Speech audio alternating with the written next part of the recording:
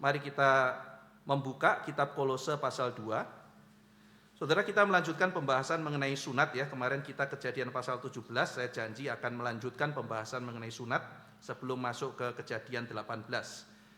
Saya sedikit bahas Kolose 2 ayat 11 dan 12. Mari kita baca Kolose pasal 2 ayat 11 dan ayat 12. 2, 3. Dalam Dia kamu telah disunat, bukan dengan sunat yang dilakukan oleh manusia, tetapi dengan sunat Kristus yang terdiri dari penanggalan akan tubuh yang berdosa.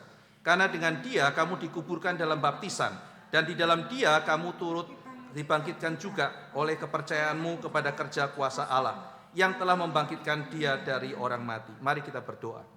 Kami bersyukur untuk Allah yang mengikat perjanjian dengan kami, bukan karena kami baik, tetapi karena anugerah-Mu. Dan biarlah kami makin memahami makna perjanjian itu, sehingga kami makin hidup dengan penuh cinta dan syukur di hadapan Tuhan. Dalam nama Tuhan Yesus kami berdoa.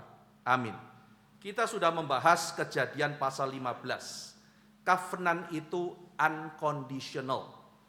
Ketika ternak itu terbelah, bukan Abraham yang melewati, tetapi Tuhan dengan inisiatif lewat dan berjanji bahwa jikalau saya tidak menepati janji, biarlah saya akan terkoyak. Itu adalah biasa perjanjian pada makna itu. Abraham bukan yang disuruh lewat, tapi Tuhan yang melewati. Maka di sini perjanjian itu unconditional. Di dalam pasal 16 sudah terbukti Abraham tidak memegang perjanjian. Dia melanggar perjanjian. Dia dengan cara manusia mau menggenapi janji itu, pakai cara Hagar untuk melahirkan Ismail. Tetapi di dalam pasal yang ke-17, meskipun Abraham sudah melanggar, dalam pasal 17 Allah meneguhkan perjanjiannya. Berarti pelanggaran dari manusia tidak bisa menghilangkan kesetiaan Allah. Maka di sini dalam teologi reform kita mengerti bahwa keselamatan manusia tidak bergantung kemampuan saya memegang, tidak bergantung kemampuan usaha saya, tetapi betul-betul anugerah Tuhan semesta. Nah, kemudian ketika kita membahas pasal 17 yang beberapa minggu yang lalu, kita kemudian dikasih tahu, kalau begitu apa maknanya perbuatan baik? Bukankah covenant itu juga bersifat kondisional? Bukankah di dalam Kejadian pasal 17 dikatakan dari pihakku, lalu Tuhan mengatakan dari pihakmu Abraham, berarti bukankah ada dari pihak kita? Bukankah itu syarat? Kita sudah mempelajari dari rangkaian 15 sampai 17, syarat kita memegang perjanjian bukanlah sebuah perbuatan baik sebagai syarat keselamatan, bukan. Tetapi syarat menikmati berkat dalam perjanjian. Di sini ketika Abraham memegang kesetiaannya, dia akan menikmati damai sejahtera dan berkat yang Tuhan berikan di dalam perjanjian. Kita sudah memberikan contoh, andaikan orang Kristen sudah diselamatkan dalam Kristus dan dia taat, dia bisa jadi saksi. Dia menikmati berkat-berkat perjanjian. Tetapi ketika dia tidak setia pada perjanjian, tetap Tuhan setia. Mungkin dia akan tetap diselamatkan jika dia umat pilihan Allah. Tetapi hidup dalam dunia, dia tidak bisa menjadi saksi. Dia kehilangan berkat yang besar sebagai umat Allah dalam perjanjian. Maka dengan demikian kita juga perlu menyadari, kita harus sungguh-sungguh menjaga perjanjian. Bukan karena itu syarat diselamatkan. Bukan itu syarat kita diterima dalam sebagai anggota perjanjian. Tapi syarat menikmati anugerah yang Tuhan sediakan di dalam perjanjian. Nah sekarang perjanjian itu saudara-saudara sekalian, Tuhan katakan meterainya, tandanya adalah sunat. Nah saudara di dalam Kolose pasal 2 kita melihat apa makna sunat. Sunat itu dikerat, sunat itu ada bagian yang dibuang. Dan di sini Paulus mengkaitkan sunat dengan Kristus. Jadi sunat itu tidak menyelamatkan. Paulus sudah membahas itu di kitab Roma. Kita sudah bahas juga ketika membahas di dalam Kejadian pasal 15. Paulus mengatakan Abraham dibenarkan itu setelah dia disunat atau sebelum disunat. Kita sudah mengetahui urutannya.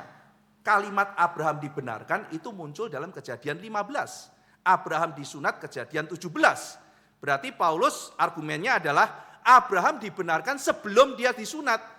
Jadi bukan sunat yang menyelamatkan. Lah kalau begitu apa makna sunat Paulus? Paulus menjelaskan, sunat itu tanda. Tanda itu menunjuk sesuatu yang ditandakan. itu pelang Geri Kertajaya bukan Geri Kertajaya, saudara. Pelang itu menunjuk kepada sesuatu realitas, yaitu gereja yang ada di tempat ini. Sunat itu tanda. Tanda apa, Paulus? Sunat itu tanda bahwa kamu sudah berjumpa dengan Kristus. Kamu dibaptiskan dalam Kristus. Kamu mati dan bangkit bersama dengan Kristus. Sunat menunjuk dalam bagian yang kita baca Kolose, sebagaimana kulit kita dibuang, bagian tubuh berdosa kita itu dibuang, demikian di atas kayu salib Yesus dikerat bagi kita.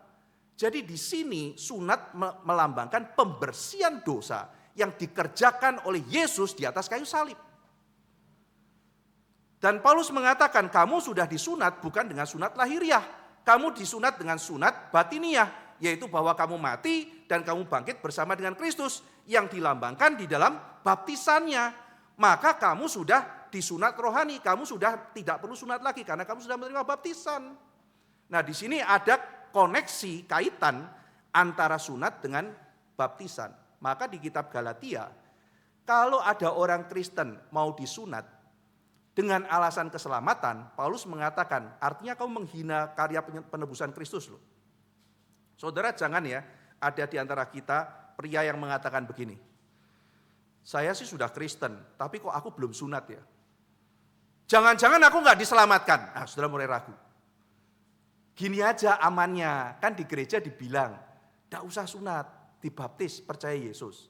Aku sudah baptis, tapi biar lengkap, aku kan sudah dibaptis, sudah percaya Yesus, tak tambahi sunat aja. Siapa tahu nanti aku di sana ditanya Tuhan, sudah sunat belum? Lalu bilang, belum, masuk neraka kamu. Nah, tapi kalau aku sudah dua-duanya, sudah sunat belum? Sudah Tuhan, aku kan masuk surga kan? Awas ya kalau ada yang seperti itu. Paulus mengatakan apa? Kalau kamu melakukan itu, kamu menghina ketuntasan penebusan dalam Kristus. Pak, kalau sekarang saya mau sunat boleh enggak? Yang pria mau sunat silakan, kalau itu untuk alasan kesehatan. Jadi kalau untuk alasan kesehatan atau alasan-alasan yang lain silahkan, tapi bukan menjadi syarat keselamatan atau bahkan syarat masuk ke dalam covenant. Kenapa? Karena nanti Paulus akan bicara, kamu sudah tidak perlu disunat karena kamu sudah disunat secara kiasannya, dan nanti Paulus memberikan kiasan baru, yaitu apa? Baptisan. Jadi saudara sekalian, orang dalam perjanjian lama masuk sebagai covenant people melalui sunat. Di dalam perjanjian baru, orang masuk sebagai covenant people melalui tanda baptisan. Sunat adalah tanda eksternal, saudara. Sesuatu yang dilakukan di luar. Tetapi tujuannya adalah di dalam. Tadi kan dikatakan sunat Kristus. Sesuatu yang dilakukan bukan oleh manusia, tetapi oleh Kristus. Jadi sesuatu yang di luar melambangkan sesuatu yang di dalam. Baptisan itu bukan cuma sekedar dipercik oleh air, saudara. Tetapi ada realitas rohani yang dikerjakan oleh roh di dalam diri kita. Sesuatu realitas objektif di mana manusia lama kita dimatikan dan Tuhan memberikan manusia yang baru.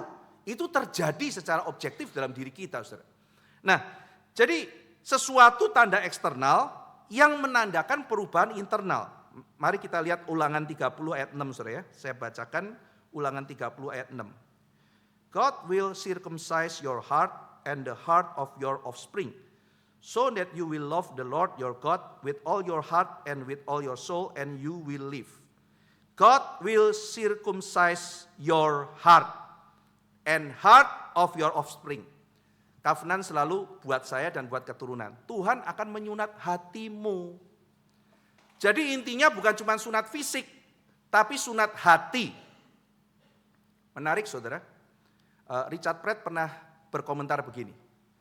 Maka kita melihat ada dua arah ya, kata Richard Pratt. Tuhan itu bergerak mengubah hati kita, lalu mengubah eksternal kita. Tetapi, kata Richard Pratt, Tuhan juga bisa bekerja dengan tanda-tanda lahiriah di luar untuk mengubah hati kita. Dua-duanya adalah cara Tuhan bekerja. Nah, sunat adalah yang di luar mengubah hati.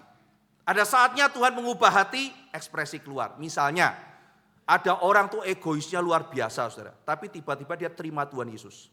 Setelah terima Tuhan Yesus, hatinya diubah. Dia mulai pikir yang lain. Saya hidup bukan hanya untuk diri sendiri. Saya mulai pikirkan pekerjaan Tuhan. Saya pikirkan yang lain. Kenapa dia mulai berubah? Karena Tuhan sentuh hatinya. Ada orang yang betul-betul tidak peduli sama orang lain. Setelah dia terima Tuhan Yesus, dia jadi tim besuk. Besuk orang lain, peduli hidup orang lain. Kenapa bisa berubah? Karena Tuhan sentuh hatinya.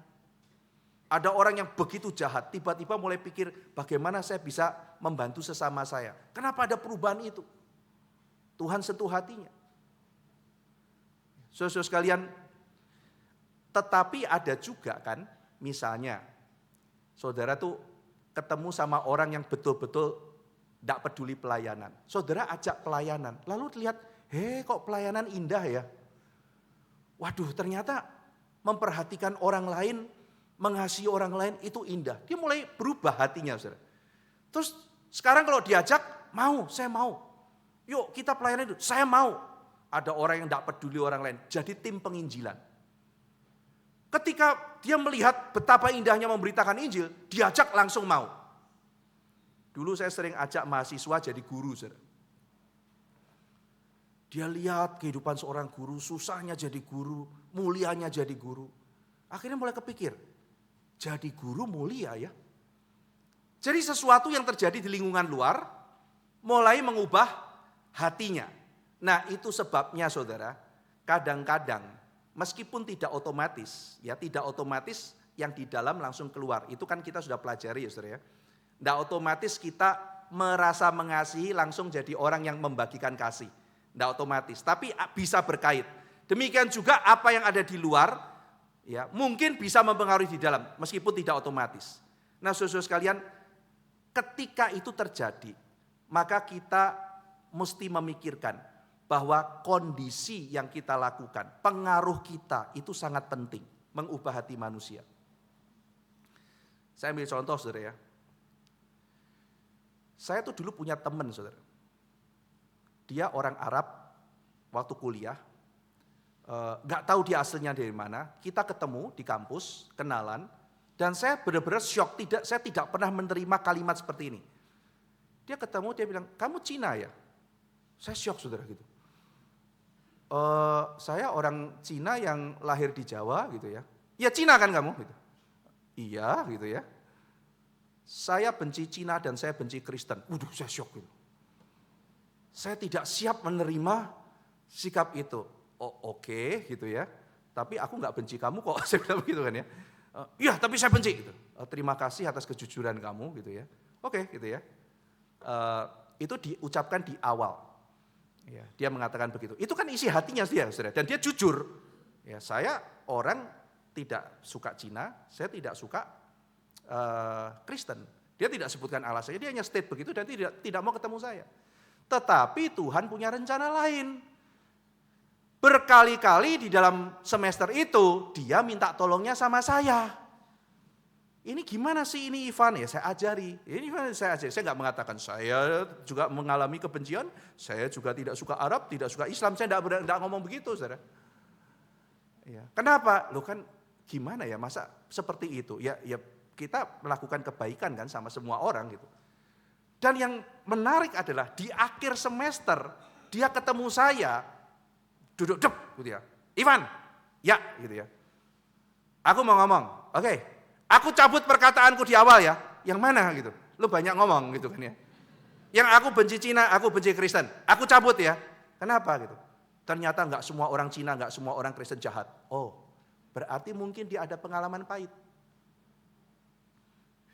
Dan ketemu seseorang itu bisa mengubah yang di dalam. Nah ini sesuatu yang di luar mempengaruhi yang di dalam. Saya masih ingat cerdas cermat waktu SD. Saudara. Cerdas cermat SD ketemu orang-orang kampung di desa saya. Saya tuh dikelilingi kalau nggak salah ada mungkin 20 atau berapa puluh anak dari kampung. Saudara. Kamu Cina ya, kamu Cina ya. Gitu. Saya bingung gitu. Karena mereka belum pernah lihat. Kamu orang Cina pertama yang saya lihat. Dia pegang-pegang saya, putih ya gitu ya. Gitu. Saya dalam hati, ya sudah, saya kan orang di kota, memang biasa bergaul dengan orang macam-macam. Nah ini kan orang dari kampung. Terus dia bilang, kamu Cina, kamu makan nasi enggak? Saya makan nasi. Oh Cina makan nasi. Terus ada yang nanya gini, kalau Cina makannya pakai sendok atau pakai sumpit gitu.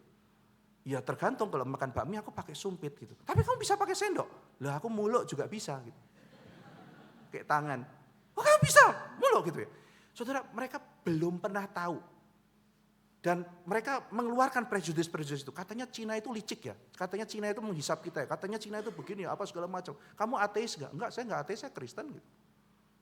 Oh saya baru tahu. Nah, saya baru tahu. Ternyata kamu naik becak enggak? Saya juga naik becak sama kayak kamu gitu. Kamu sama saya kayak kita, makanannya sama, ininya sama, apanya sama. Kamu kok di rumah ngomong bahasa Mandarin ya? Aku ngomong ngoko, aku ngomong Jawa gitu. Oh, bisa ngomong Jawa Cinanya gitu ya. Saudara, itu perlu. Kenapa saudara? Perjumpaan itu mengubah mereka. Dia bilang orang Cina ternyata baik ya. Tidak seserem yang disangka. Kadang-kadang orang dibesarkan dengan prejudis. Orang ini tuh jahat, orang itu apa. Dia teman-teman baru itu bilang thank you ya. Saya ini pertama kali ketemu. Oh ternyata kamu juga orang sama Indonesia kayak saya gitu. Yang eksterior mengubah interior. Gak sejahat yang saya pikir, gak seperti yang diceritakan orang. Sunatkan yang lahiriah. Bukan cuma ritual saudara. Harapan yang Tuhan berikan adalah kamu juga menyunatkan hatimu. Apa itu sunat hati? Membuang semua kejahatan.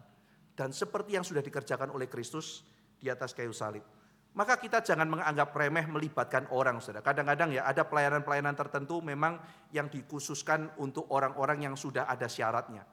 Misalnya liturgis, harus anggota dan sebagainya. Tapi saudara, saya tuh pernah ke kampus ya. Ajak orang-orang belum Kristen untuk ikut-ikut atur kursi. Apa salahnya sih atur kursi gitu? Masa panitianya bilang, sudah ikut KTB belum? Ngatur kursi kok ikut KTB? Ini saya bawa orang-orang desain, dia bisa desain ruangan apa segala macam biar bagus. Desain itu adalah pekerjaan Tuhan, harus dari hati gitu. Lah kalau itu liturgis, paduan suara atau apa, ada syarat, oke lah. Ini kan ngangkut kursi, masang-masang kertas krep apa segala macam, gunting-gunting.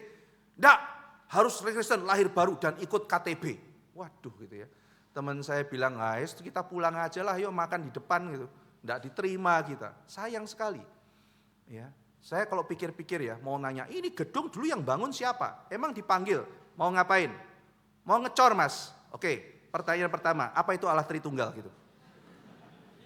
Lu yang ngecor kayak bukan orang Kristen kan? Kenapa kita harus kayak begitu? Ada saatnya saudara, kita itu memberikan ruang untuk orang itu melihat, merasakan, ya, oh seperti ini. Dan itu mempengaruhi hati mereka. Ya, jadi dari dalam keluar. Tapi menarik, Richard Pratt juga mengatakan sunat bekerja dari luar menuju ke dalam. Dan tidak pernah dimaksudkan Tuhan hanya berhenti di luar.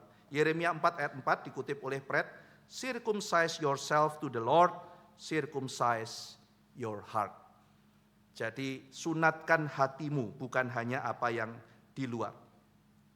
Nah saudara, sunat menunjukkan kita meninggalkan kehidupan yang lama. Dan sunat hati terjadi, dikatakan dalam Kolose 2, waktu kita disatukan oleh kematian Kristus, union with Christ. Jadi saudara sekalian, sekarang Tuhan memberikan kepada kita satu tanda yang lebih lengkap. Kalau sunat menunjuk kepada ditanggalkannya kemanusiaan lama kita, sesuatu yang terpotong dan Kristus yang terbelah bagi kita, tubuhnya dipotong di atas kayu salib. Sekarang Kristus menunjukkan bagaimana keselamatan bekerja dengan lebih limpah lagi. Sunat hanya menunjukkan dosa kita dihapuskan oleh Kristus. Tetapi kemudian ada sesuatu yang terjadi. Bagaimana Yesus melakukan itu? Yaitu bahwa kita itu ikut ambil bagian dalam kematian Kristus. Dan kemudian kita ikut dibangkitkan bersama dengan Kristus. Dan itu dilambangkan dengan baptisan. Maka di dalam Kolose pasal 2 kita melihat tidak lagi kita melakukan sunat. Tetapi kita melakukan baptisan yang melambangkan union with Christ. Kita mati bersama Kristus, kita kemudian dibangkitkan bersama Kristus. Dan di dalam Kristus kita menerima seluruh janji-janji yang diberikan Tuhan pada kita.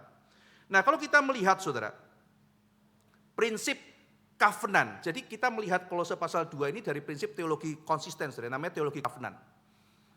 Nah, covenant itu adalah untuk kita dan untuk keturunan kita. Saudara, misalnya kepada Nuh ya, Kejadian 6 ayat 18, dikatakan yang masuk bahtera itu engkau, kata Tuhan, bersama-sama dengan anakmu dan istrimu dan istri anak-anakmu. Lalu ketika mengikat perjanjian dengan Abraham, Kejadian 17 ayat 7, perjanjian dengan engkau, keturunanmu, turun-temurun, menjadi perjanjian yang kekal. Jadi Tuhan bukan hanya mengikat perjanjian pada Abraham, pada keturunannya, pada Musa.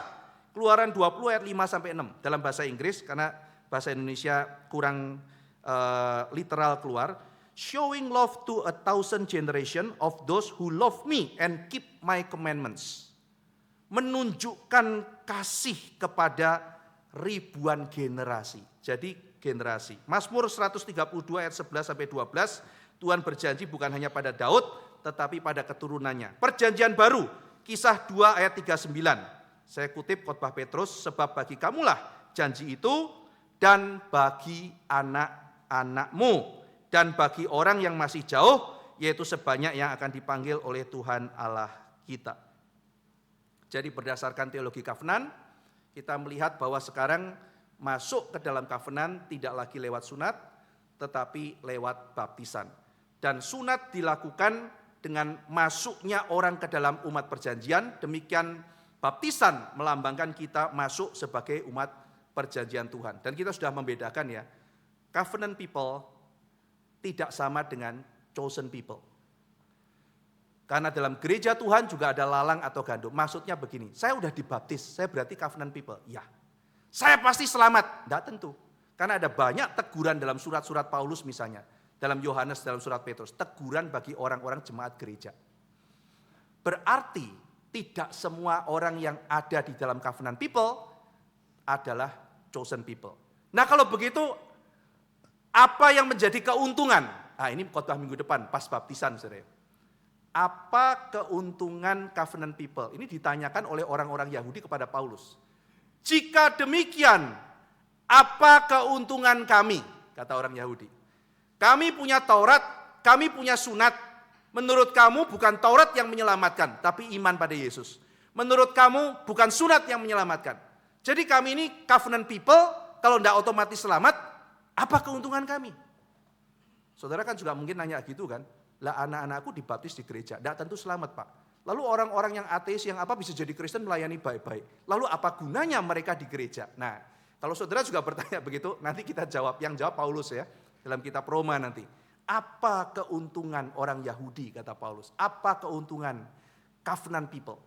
Nah saudara, jadi kita melihat konsisten teologi Calvin di dalam covenant people, dan bagaimana Calvin membaca Kolose pasal 2. Dan itu sebabnya kita sebagai gereja reform melakukan pembaptisan anak.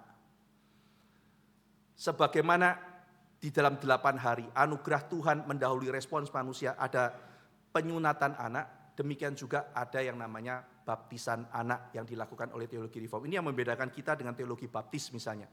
Ya, nanti orang baptis membaca pasal 2 ini di dalam teologi yang berbeda. Tetapi kita membaca Kolose 2 di dalam terang covenant teologi. Dan kita melakukan baptisan anak yang akan kita lakukan minggu yang akan datang ya. Jadi kita akan melakukan baptisan. Jadi kita bersama-sama memahami kenapa itu kita lakukan. Baik saudara, nanti kita akan lanjutkan dalam minggu akan datang mengenai baptisan. Saya kembali ke Kejadian pasal 18. Kejadian pasal 18 kalau saudara lihat ada 2 bagian ya. Bagian pertama membicarakan mengenai kunjungan Tuhan kepada Abraham, khususnya saudara, yang menarik Kejadian pasal 18, Tuhan mengunjungi Sarah. Tuhan mengunjungi Sarah, saudara. Jadi kan Tuhan sudah berbicara berulang kali pada Abraham. Ini luar biasa sekali, saudara. Tuhan mengunjungi Sarah. Jadi ketika Abraham kan menurut Ibrani pasal 13 tidak sadar yang dikunjungi itu utusan Tuhan. Tuhan sendiri bersama dengan malaikatnya ya. Dia nggak sadar menurut Ibrani. Mungkin di tengah-tengah, kapan dia sadar? Ini para penafsir macam-macam, saudara. Ada yang bilang dari awal sudah sadar. Tapi kalau saya lebih mempertimbangkan penafsiran, semuanya sama-sama sah, saudara. Saya lebih mempertimbangkan dia sadar di tengah-tengah. Kapan ada penafsir mengatakan begini? Nggak lazim orang nanya istrimu di mana. Jadi biasanya kalau ada tamu agung datang, Abraham tuh berdiri kayak pelayan restoran loh, saudara. Butuh apa diambilin gitu ya. Nah, istrinya tuh ada tirai, lalu kemudian di balik sana. Tiba-tiba tamunya bilang, "Mana istrimu Sarah?" Itu tidak sopan, saudara. Jadi waktu bilang, "Mana istrimu Sarah?" Loh, kok tahu istriku gitu? Wah, ini pasti bukan orang sembarangan. Mungkin Abraham sudah sense sebelumnya, ini kehadiran, ini bukan orang sembarangan. Tapi dia tahu ini Tuhan berjumpa dengan dia mungkin waktu itu. Ya, ada penafsir mengatakan Abraham sadar ketika itu. Lalu muncullah Sarah. Ya, ketika Sarah muncul, Tuhan bilang, "Tahun depan kamu melahirkan Sarah." Bayangin saudara, Tuhan sayangnya ya, Sarah dijumpai, dikuatkan personal. Tahun depan Sarah, ketawa. Hihihi. Saudara, ketawa paling sungkan adalah ketika saudara ngakak, orang yang ngomong itu nggak ngakak, saudara. Oh, Tuhan tidak tertawa. Matilah saya, gitu ya. Kenapa kamu ketawa? Enggak, saya nggak ketawa. Ya kan? Kan dia nyangkal, saudara ya. Kenapa? Karena ketawanya dalam hati. Ya. Jadi Sarah ketawa dalam hati. Di sini kita melihat Tuhan Maha Kuasa. Sarah, kamu kenapa ketawa? Enggak, aku enggak ketawa. Kamu ketawa. Matilah ketahuan sama Tuhan. Dia ketawa, Tuhan enggak ketawa. Enggak lucu Sarah gitu. Apa yang mustahil bagi Tuhan? Lucu ya Sarah? Enggak ada yang mustahil bagi Tuhan. Walter Brueggemann mengatakan ini bedanya orang Kristen sama yang bukan Kristen. Saya tidak setuju semua Brueggemann punya, saudara. Tetapi ada kalimat yang menarik di sini. Orang Kristen hidup dalam semesta yang terbuka, bukan tertutup. Yang namanya sudah begitu, ya nasib begitu, sebab akibat sudah tidak ada harapan. Tapi Tuhan itu Maha Kuasa. Maka saya percaya saudara, kalimat dari Kierkegaard itu menarik. Kierkegaard mengatakan begini, setiap kali orang Kristen berdoa, doa itu adalah seruan kepada yang mustahil. Tuhan itu adalah yang serba bisa, yang tidak ada yang mustahil. Doa adalah kerinduan untuk sesuatu yang mustahil terjadi. Itu nanti dikembangkan oleh filsuf, namanya adalah Caputo. John Caputo. Lalu dikembangkan oleh Derrida. Doa itu adalah passion for impossibility. Kerinduan yang mustahil itu terjadi. Kierkegaard mengatakan, kenapa kamu doa? Karena kamu tahu itu mustahil. Nah, kenapa kamu doa? Karena kamu tahu bagi Tuhan tidak ada yang mustahil. Tidak ada orang doa gini saudara. Tuhan saya berdoa semoga matahari terbit di timur. Siapa yang mau doa gitu? Tiap hari juga terbit di timur kok gitu kan ya. Tuhan saya berdoa besok nasi makannya lewat mulut. Gitu. Ya, memang begitu saudara. Iya kan? Tetapi kita berdoa apa saudara? Tuhan ayahku hatinya masih keras. Ubah hatinya. Nah, itu kan tidak terjadi. Itu bukan sebab akibat. Itu butuh sesuatu yang di luar sebab akibat. Sesuatu yang mustahil terjadi. Maka kita doa. Tuhan kami berdoa orang Lumajang ribuan orang berbondong-bondong cari Injil. Nah itu kalau bukan sesuatu pekerjaan mustahil maka kita berdoa. Kalau kita tidak usah pakai itu orang akan ribuan, tidak mungkin saudara doa. Kenapa kita doa saudara? Karena Tuhan adalah dirinya yang pasti bisa. Tidak ada yang mustahil bagi dia. Dan disitulah Tuhan mengatakan Sarah, tidak ada yang mustahil bagi Tuhan. Walter Brueggemann mengatakan itulah orang Kristen. Kita hidup di dalam semesta yang terbuka. Orang dunia hidup dalam semesta yang tertutup. Tidak ada Tuhan, semuanya sebab akibat. Orang Kristen tidak. Karena ada sesuatu yang melampaui sebab akibat. Yaitu pekerjaan Tuhan yang maha tinggi. Saudara jangan hidup dalam semesta tertutup.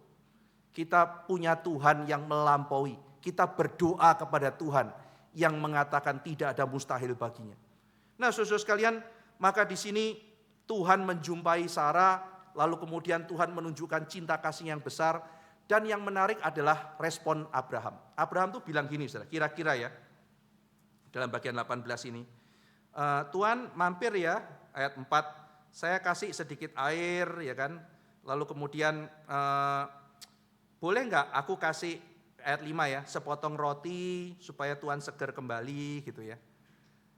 Itu ibaratnya saya bilang, Pak Fandi mampir deh, saya ada pisang goreng, Pak Fandi barang mungkin 1-2 potong silakan. Oh ya boleh Pak Ivan, mampir ya Pak Fandi ya. Iya mampir. Begitu mampir saya bilang sama istri saya, Mah itu ada 20 kilo tepung itu tolong bikin roti Mah. Gitu. 20 kilo tepung saudara. Terus keluar itu ya ratusan roti brak di depannya Pak Fandi gitu kan ya. Terus kemudian, Mah itu sebelah itu ada wagyu sapi itu tolong sembelih satu mah buat Pak Fandi itu. Ini masa apa Pak? Apa aja deh itu, disemur lah, dibikin sosis lah, bikin apa, tolong ya mah ya itu. Pak Fandi silakan duduk, begitu keluar, ini camilannya Pak, buak gitu ya. 1 ekor sapi sama roti gitu, ini cemilan gitu ya. Ya barang mungkin sepotong roti gitu. Saudara, apa yang mau dikatakan teks ini?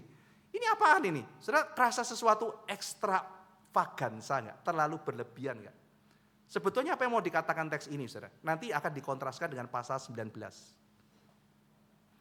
Orang Kristen itu, kalau ketemu orang lain, kita itu harus menunjukkan kemurahan hati. Orang tuh menerima, sementara orang dunia, orang Sodom, kalau ketemu orang lain mau dijahati. Itu bedanya Abraham sama orang Sodom. Lot karena dididik sama Abraham masih melakukan hospitality, keramahan. Meskipun akhirnya dia kompromi. Tetapi paling enggak didikan Abraham itu muncul. Jadi di sini dikontraskan saudara. Pasal 18, 3 orang datang disambut sama Abraham. Pasal 18 masuk ke Sodom, 1 kota mau melakukan kekerasan. Bedanya di situ saudara. Nah ini nanti dikutip oleh Tuhan Yesus. Saudara perhatikan di sini muncul istilah 3 sukat tepung ya.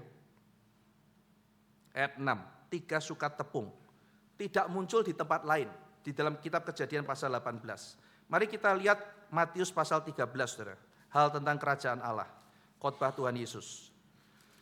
Matius 13. Kita lihat ayat 33. Dan ia yaitu Yesus menceritakan perumpamaan ini juga kepada mereka. Hal kerajaan surga itu seumpama ragi yang diambil seorang perempuan dan diadukkan ke dalam tepung terigu 3 sukat sampai kamir seluruhnya. 3 sukat. 3 sukat mengingatkan apa saudara? 3 sukat mengingatkan mengenai Abraham. Hal kerajaan Allah, diam-diam, pelan-pelan, menggarami semua. Dan ada satu hal yang nuansa dibawa. Hospitality, kemurahan Allah, satu sambutan, menyambut yang asing. Loh Pak, ada ayat yang lebih jelas Pak, ini kurang jelas di sini. Oke, kita lihat ayat lebih jelas, menunjukkan hospitality. Ibrani pasal 13 ayat 2.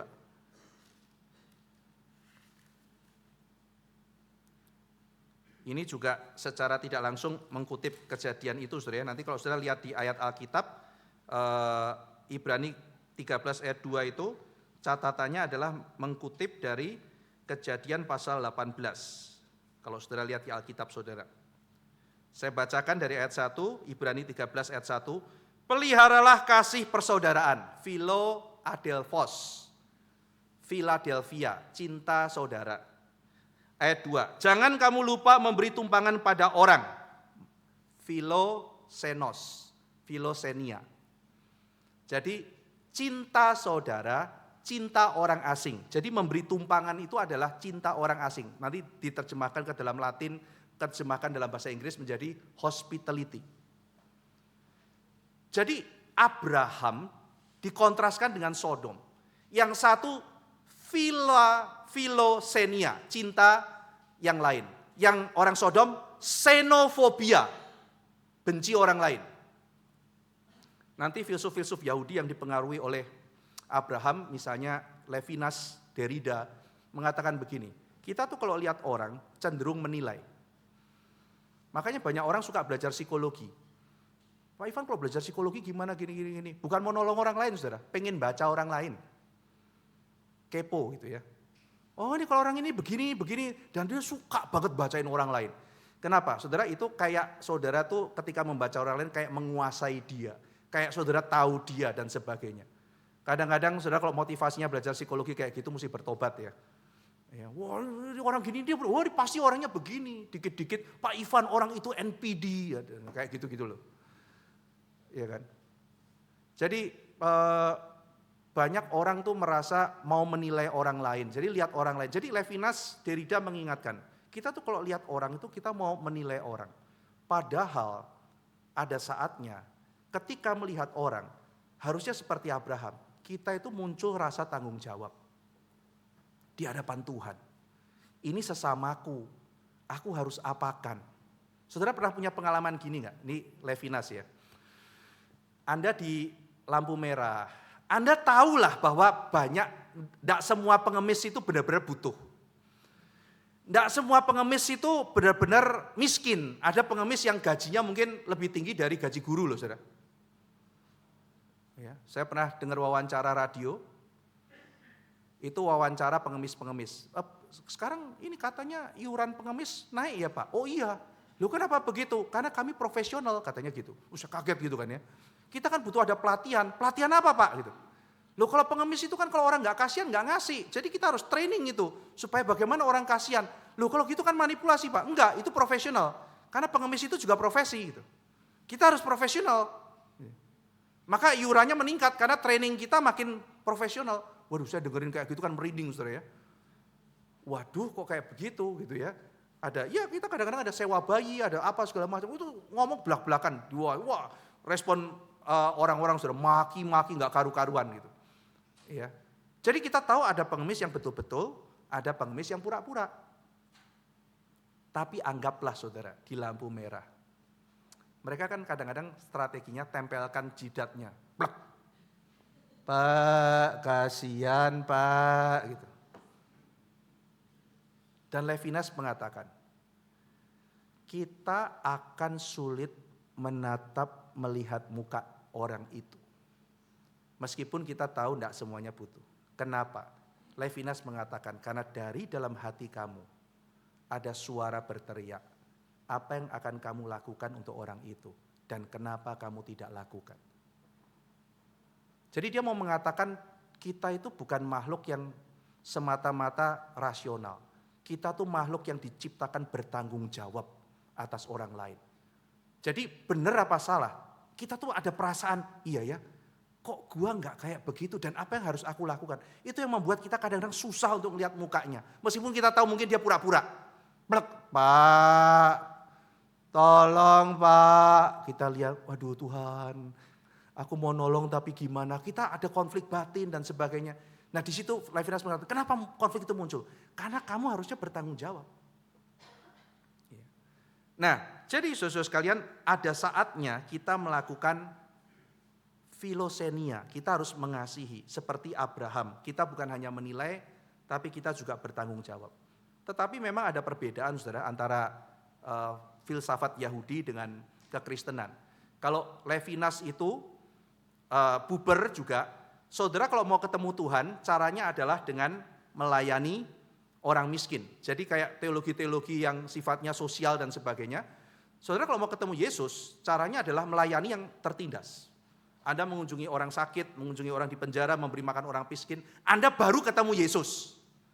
Jadi etika menjadi penting, etika mendahului ontologi. Tapi kalau orang Kristen, orang reform, bukan etika. Kita bukan etik center, tapi kita kristosentris. Kita tidak berjumpa dengan Kristus melalui itu. Tapi justru karena kita berjumpa dengan Kristus, kita sadar Kristus mau dimengerti sebagai pembela orang-orang seperti itu. Dan karena kita ada Kristus, kita menjalankan kehendak Kristus.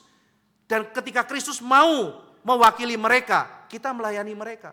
Dan di situ kita menjadi saksi Kristus.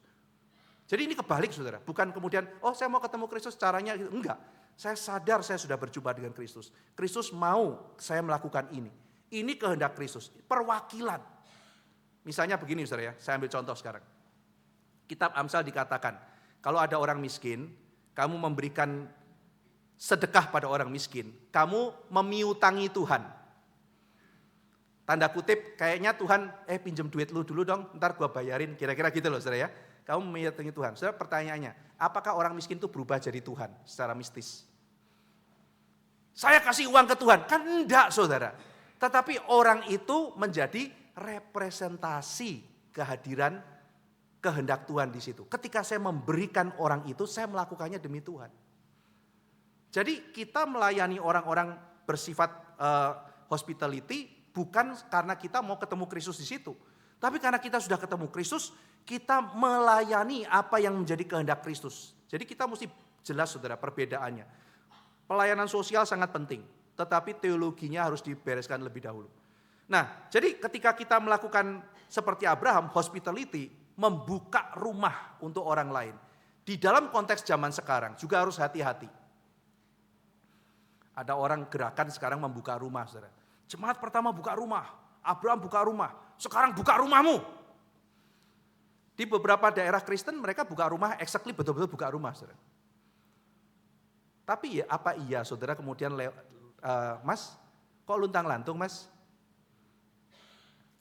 Mari nginep di tempat kita. Filosenia kata Pak Ivan gitu. Ya apa kayak begitu saudara, zaman sekarang kan kita harus hati-hati juga kan. Mungkin misalnya beberapa orang yang datang ke tempat kami, ke gereja, Pak kami nggak ada tempat tinggal, kami apa segala macam. Boleh nggak kami nginep di gereja? Lah gereja kita kan tidak didesain seperti tempat yang bisa nampung banyak umum. Saya terima saudara, tetapi tidak di dalam gereja. Saya carikan hotel di sekitar gereja. Oke Pak, kita akan take care Bapak. Makan Bapak, tempat tinggal Bapak. Kita hanya bisa kasih waktu 2 hari. Bapak bisa nginep di losmen sederhana, makan kita akan tanggung sampai Bapak bisa cukup. Kita layani saudara. Kita buka, tetapi kan kita juga harus ada bijaksana zaman sekarang. Lah kalau nanti dia tinggal di situ terus kemudian ada komputer hilang, apa hilang, kita kan tidak tahu zaman sekarang saudara. Ya, jadi filosenia kita lakukan tetapi mungkin bukan sekedar membuka rumah. Kita boleh membuka meja saudara. Undang teman-teman kita datang. Kita boleh membuka komunitas OSG kita, Organic Small Group, KTB kita. Orang datang, kita membuka klub core kita, orang datang. Kita bisa membuka ruang-ruang gereja kita. Ya, meskipun mungkin situasinya berbeda dengan zaman dulu. Dan saya juga memberikan bijaksana supaya kita tidak terromantisasi karena spiritnya sama tapi bentuk boleh beda. Gini saudara, ada orang yang namanya Francis Schaeffer, seorang apologet yang saya kagumi. Tidak diragukan lagi dedikasinya untuk Tuhan, hatinya untuk Tuhan, metodologinya, bijaksananya dia, serta pengorbanan diri yang luar biasa. Dia membuka satu lembaga namanya Labri ya, di mana rumahnya itu dibuka siapapun dari seluruh dunia boleh datang dan terkenal sekali saudara. Benar-benar tinggal di rumahnya bersama dengan keluarganya. Ya. Saya dulu pengen pergi ke sana, cuman memang ada banyak faktor, belum ada kesempatan sampai akhirnya Francis sudah tidak ada ya. Jadi saudara sekalian, Labri itu sangat sangat terkenal sekali. Sampai sekarang masih ada penerusnya. Tetapi ada catatan saudara, yang ditulis oleh anaknya dia, ya, yaitu Frank Schaeffer. Dia nulis buku kalau nggak salah Gracie for God atau apa gitu. Nah di situ dia mengkritik ayahnya dan kita perlu dengar kritiknya. Dia tidak mengkritik, dia tidak jadi ateis, dia tetap Kristen. Dia tidak mengkritik motivasi ayahnya, dia tidak mengkritik intelektual ayahnya, dia sangat memuji ayahnya. Tapi ada satu hal yang dia tidak setuju, termasuk adalah membuka rumah sembarangan untuk semua orang. Saya ambil contoh gini saudara ya, saudara punya anak. Ya. Rumahku terbuka seperti Abraham, semua orang boleh disambut. Zaman sekarang nih, ya. Hari ini tamu A datang. Ya. Anak kita pulang sekolah capek saudara, mau tidur. Terus kita panggil, ya ayo sini. Ketemu sama, misalnya anak kita namanya Dong-dong ya, Dong-dong sini, Dong-dong ding-ding deng-deng sini. Ya. Nih ada Om A, ada Tante B, lagi mau makan sama kita. Kasih salam. Dia kan capek saudara ya. Dia baru ulangan dapat jelek dimarahi gitu ya. Dong, kasih salam. Selamat malam. Dong, ini Om baik-baik masa mukamu kayak begitu. Selamat pagi, selamat malam gitu ya. Jadi dia terpaksa gitu ya. Ding-ding, deng-deng ya kan ya. Udah mau Dong, sini duduk. Temenin Om sama Tante. Kapan kamu ada kesempatan? Om sama Tante ini lulusan Harvard loh. Kamu harus banyak belajar dari dia. Gitu. Kesel gitu ya. Dia dengerin si Dong-dong, deng-deng, makan. Ya terus capek. Besoknya datang lagi. Aku lagi mau main game nih gitu kan ya. Dong-dong, ding-ding, deng-deng sini. Siapa lagi yang ini? Oh ini Om punya perusahaan besar. You mesti denger dari dia. Dengerin Om, Tante. Hehehe. Ini orang baik loh, kita harus buka apa segala macam. Dah pagi lagi terus kemudian besoknya. Dong-dong. Bayangkan ini 5 tahun saudara. Saudara, kira-kira itu yang dialami oleh anak Francis Schaeffer. Dia tulis satu buku. Ya, sebetulnya bukan satu buku, itu yang paling penting. Ada beberapa buku yang lain kira-kira isinya sama. Saya baca ini bukan akhirnya dia meninggalkan Tuhan dan sebagainya, tetapi dia mengkritik ada hal-hal tertentu yang mungkin kurang diperhatikan dan kita sebagai orang tua juga mungkin perlu berbijaksana dalam melakukan itu. Hospitality harus kita lakukan, tetapi mungkin di dalam bentuk-bentuk yang kita juga harus lebih bijak di dalam zaman sekarang. Jangan sampai orang masuk lalu keluar seluruh harta benda kita juga ikut lenyap, ya, dan sebagainya. Tetapi kita perlu membuka rumah kita, membuka meja makan kita sebagai bentuk hospitality. Nah terakhir saudara, hospitality yang paling penting jangan lupa yang dilakukan Abraham kepada Tuhan. Jadi kita bicara sesuai dengan kata Ibrani, aplikasinya adalah kamu harus berani melakukan hospitality kepada orang lain. Saya pernah bicara, ini nanti menjadi ayat yang sangat menginspirasi munculnya rumah sakit, hospital. Di dalam gereja-gereja Basil the Great oleh orang-orang gereja timur, itu nanti munculnya rumah sakit adalah dari ayat itu. Bagaimana mereka mau melakukan ayat itu. Bagaimana ada satu tempat di mana mereka melakukan kebaikan kepada orang-orang asing, orang-orang yang tidak dikenal, juga dirawat seperti orang sendiri. Dikasih makan, dikasih tempat tinggal, dikasih pengobatan sehingga mereka bisa sembuh. Tetapi yang paling utama adalah bagaimana Abraham berkorban waktu, tenaga, bahkan uang untuk melayani Tuhan. Tuhan masuk ke tenda. Saudara, yang namanya sahabat itu kan dua arah. Nanti kita akan masuk ayat di mana Tuhan mengatakan, bukankah Abraham sahabat saya? Kenapa saya tidak ceritakan maksud saya pada Sodom? Yang namanya persahabatan itu dua arah, saudara. Kita mau didengar, tetapi kita juga mau mendengar. Kita mau didengar oleh Tuhan yang mengatakan sahabat kita, meskipun kita nggak layak. Tetapi apakah kita juga mau mendengar Tuhan? Sekarang bagaimana saudara melihat waktu teduh? Nggak ada waktu, kepaksa. Abraham itu lari menyambut Tuhan. Membiarkan Tuhan masuk, melayani Tuhan. Apa yang Tuhan katakan dia langsung lakukan. Kalau dia boleh melayani Tuhan hatinya penuh sukacita. Saudara pernah bayangkan nggak ketika kita mau saat teduh, Tuhan hadir di meja saudara. Ayo sahabatku duduk, aku mau berkata kepadamu. Dan kita duduk. Saudara. Tuhan membuka kitab suci. Dia berfirman kepada kita. Dan kita mendengarkan dia, sahabat kita. Dan kita mengatakan, aku menunggu waktu ini untuk bercakap-cakap denganmu. Mendengarkan kau bersabda. Dan hatiku bersuka karena engkau berkata-kata padaku. Sahabat itu orang yang kita bisa ketemu dan kita boleh tampil apa adanya, saudara. Keluarga, sahabat, itu kita boleh ketemu apa adanya. Saudara, kalau misalnya nih ya, di rumah itu, saya sama anak-anak. Misalnya ada, siapa yang kentut? Saya bilang gitu. Hahaha. Anak saya tuh ngaku dengan aku gitu. Coba kalau di sekolah, saudara. Tut, dia diam. Nah. Dia samarkan. Siapa yang kentut? Nah, dia ngaku, saudara. Kenapa? Berbahaya gitu. Tapi kalau dalam keluarga, Tut, siapa? Ketawa ngakak. Saya yang kentut. Kan gitu, saudara. Saudara kalau pulang, yang laki pakai kaos singlet, celana pendek. Begitu pintu diketok, tok, di situ ada anak, ada istri, ada apa. Ya biasa aja kan. Tok. Siapa? Oh saudara, ya masuk aja. Ya pakai kaos singlet tetap gak apa-apa, saudara kita. Tapi begitu tok, orang lain, saudara pasti pakai kemeja. Saudara tidak mau terlihat tidak siap. Tapi kalau namanya sahabat, tok. Ya, buka ngek. Kita pakai kaos singlet, ya masuk aja. Namanya sahabat kok. Duduk gitu ya. Terus sahabat nanya, "Belum gosok gigi ya?" Belum. Ya udah gosok gigi dulu, enggak apa-apa. Buka kulkas, namanya sahabat. Enggak ada isinya. Bujangan lapuk memang ini gitu ya. Wes, anak kos-kosan, mentalnya enggak berubah gitu kan ya. Hehehe. Ya memang enggak ada apa-apa gitu. Aku pesan makanan ini ya udah pesan. Enggak apa-apa sahabat. Duduk main-main gitar gitu ya. Kita ngapain ya hari ini ya? Gak tahu, enaknya ngapain ya? Gak ada program. Jadi doing nothing together, saudara. Coba kalau saya masuk ke rumah saudara, tok. Pak Ivan, ada apa ya? ada makanan apa gitu. Saya datang ke kulkas, ya kosong. Keluarga macam apa ini? Saya pesan ya gitu ya. Dia udah tersinggung gitu kan, saya pesan makanan. Saya duduk gitu. Pak Ivan mau apa? Nggak mau ngapa-ngapain. Ya.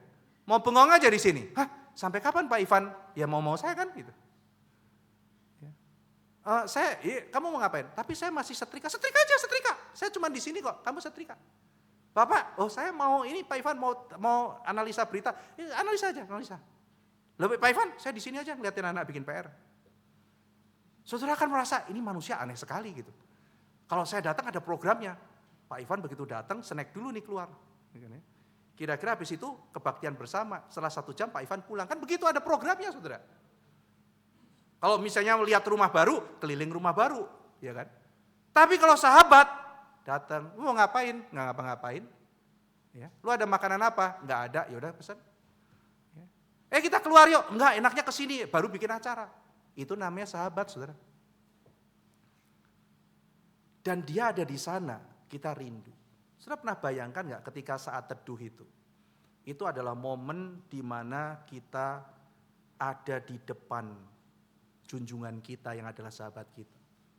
Masa kita mengatakan cepet-cepet aja ya 15 menit jadi acaranya apa? Enggak saudara. Kita berhadapan, kita melayani Raja kita. Mari saudara-saudara sekalian, kita melayani yang lain. Tapi kapan kita ada di depan Tuhan yang mengunjungi kita? Karena Dia senantiasa ada. Dia senantiasa boleh memberkati kita. Mari kita manfaatkan setiap waktu kita berjumpa dengan Dia, melayani Dia. Seperti Abraham membuka kemahnya, demikian kita membuka hati kita. Mari kita berdoa. Bapa dalam surga, kami bersyukur untuk kunjungan Tuhan kepada Abraham dan di dalam Kristus Engkau melalui Roh Kudus tinggal di dalam kami. Dan tolong kami ya Tuhan untuk juga bukan hanya melayani dunia tetapi yang paling utama kami melayani Tuhan kami. Kami menyembah Engkau dengan membuka hati kami, menerima firman-Mu, bergumul dalam doa bersama dengan Engkau, dan boleh bertumbuh di dalam Tuhan. Terima kasih untuk firman hari ini ya Tuhan. Kami ini tidak layak, tetapi Tuhan mengunjungi kami. Itulah hadiah terbesar bagi kami. Hadiah terbesar adalah Engkau memberikan diri-Mu bagi kami yang tidak layak ini. Terima kasih ya Tuhan untuk berita Injil yang begitu penting, begitu besar. Dalam nama Tuhan Yesus kami berdoa. Amin.